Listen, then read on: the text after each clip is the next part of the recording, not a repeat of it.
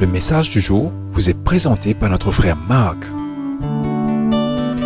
Salut chers bien-aimés de notre Père Céleste. En ce lundi matin, je crois que ça ne fera pas de mal pour une fois, car une fois n'est pas coutume, que j'aborde un sujet concernant le leadership et les besoins de nos jeunes générations. J'exposerai les problèmes profonds qui affectent notre jeune génération dans l'Église aujourd'hui et j'essayerai d'apporter quelques réflexions sur la façon dont nous pouvons y répondre. Je sais que c'est une question très troublante dont aucun dirigeant de l'Église ne veut en parler, mais je veux simplement aborder la question et apporter quelques lumières là-dessus. Bien-aimés, comment vous le savez tous, nous vivons en réalité dans un monde qui change rapidement et nous pouvons même dire du jour au lendemain.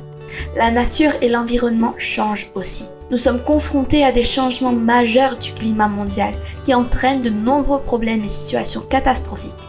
Le vendredi 27 janvier 2023, nous venons de subir les effets négatifs des pluies en continu et des inondations rapides autour de Maurice. Et c'était la désolation complète. Nous pouvons également noter que les gens de tous côtés et à tous les niveaux de la société changent aussi dans leur façon de vivre ou d'agir et par rapport à leur comportement en général.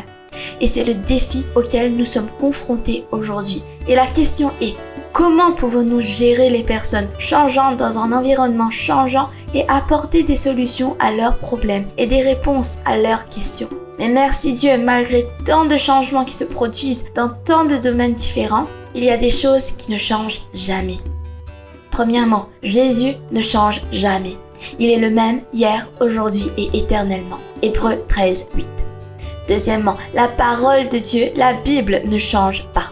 Le ciel et la terre passeront, mais mes paroles, dit Jésus, ne passeront pas. Matthieu 24, 35.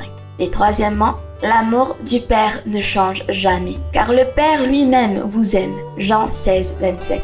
Ses bras sont grands ouverts, d'amour compatissant. Luc 15, 20. Quatrièmement, le Saint-Esprit ne change jamais.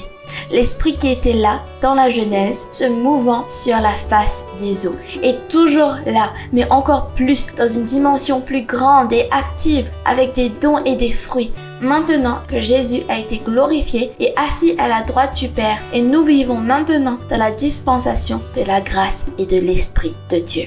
Cinquièmement, les promesses de Dieu sont toujours valables et efficaces. En Jésus-Christ, nous avons tout en tout. La plénitude de Dieu se trouve en Jésus. Bien-aimés, demain, nous continuerons avec les changements dans notre jeune génération. Que Dieu vous bénisse tous. Profitez de votre journée en lui. Au revoir.